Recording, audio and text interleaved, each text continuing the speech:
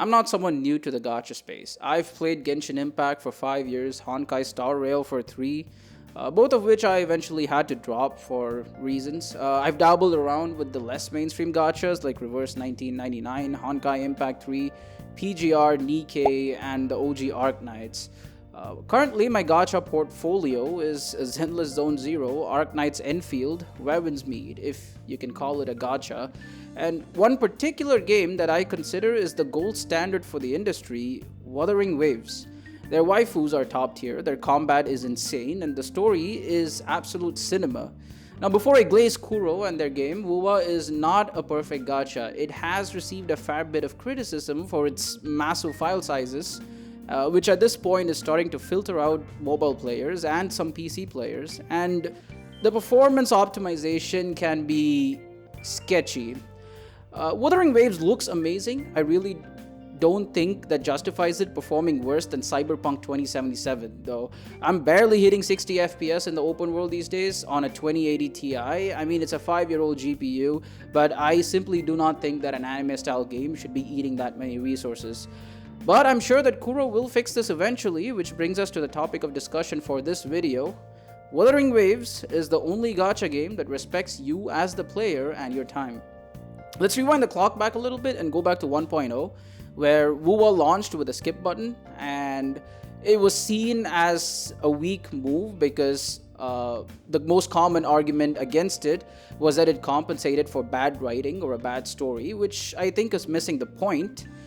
It's all about giving you as the player an option. The skip button was rather limited at launch, and there were several cutscenes and dialogue interactions that you were forced to sit through.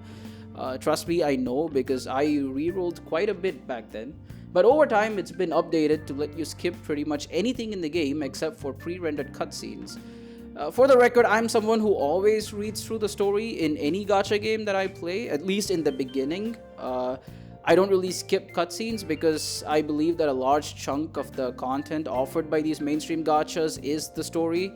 But the skip button is really handy for those random side quests. I actually think this is the most optimal use of the skip button because these side quests aren't really voiced, and also for the flagship events, which have a bunch of fluff dialogue and side stories tied into them. You can read those if you're a giga lore enjoyer, or simply skip everything if you just want to get to the gameplay. You're given a choice on how you want to play the game instead of having dialogue shoved down your throat just so the devs can inflate playtime. Even if you do choose to skip the story, you still get a nice summary of everything you need to know in a concise manner.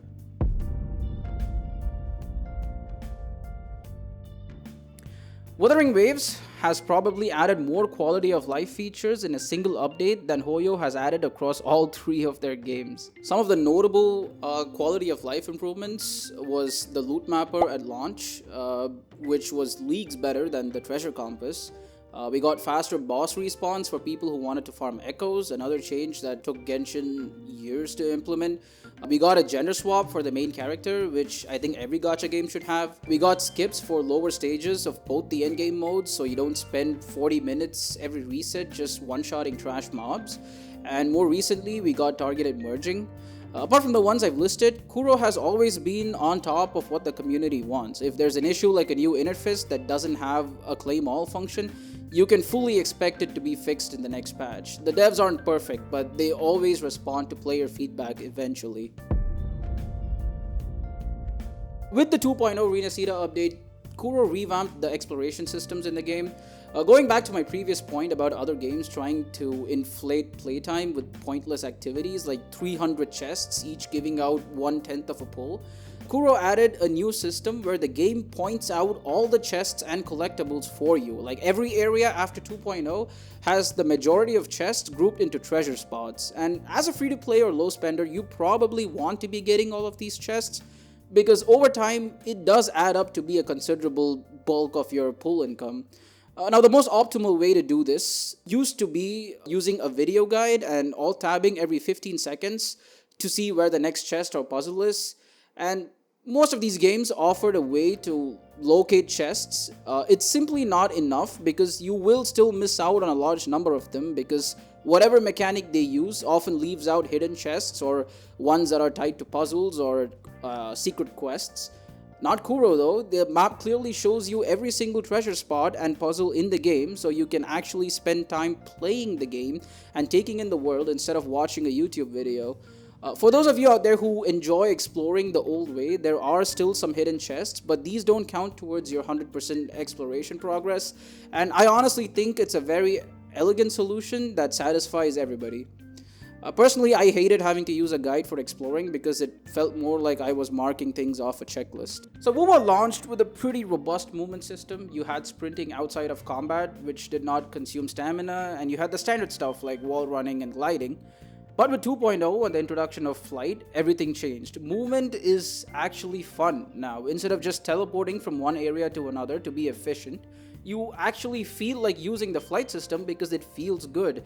3.0 added the expedition bike, and once again, it feels good to use the bike, even though these might not be the most optimal way to get across the map. Both of these systems are extremely smooth to use once you learn them and their mechanics. There's no paywalling these features behind specific characters that you have to pull for. And so far, the devs have hinted that there will be new movement mechanics added for each major region we get to, and seeing how hard they cooked with the flying and bike mechanics, I'm sure we're only going to see the movement in this game get better and better.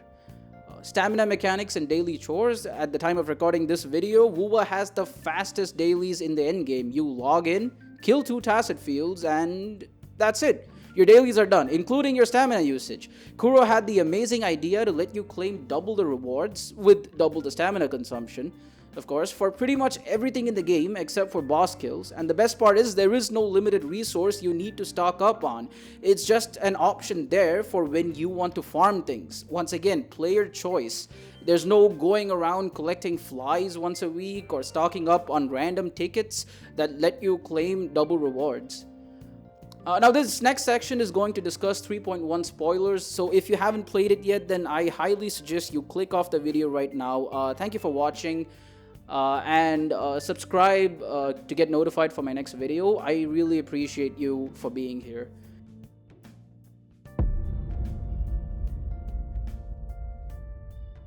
So before 3.1, I probably wouldn't have included this section of the video. WuWa's story was good, but apart from Frolova's side quest, it was pretty much your standard isekai power fantasy.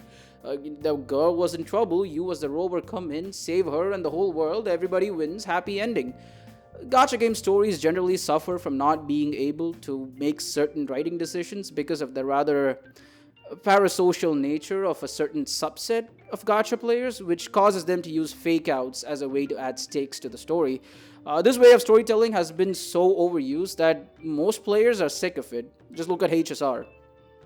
WuWa was no different, found itself often falling into the same trap to the point where people were calling the game Gathering Wives, which in my opinion was pretty justified, except for the Frolova story. I don't know what the devs were smoking when they cooked that up, but we need more of that.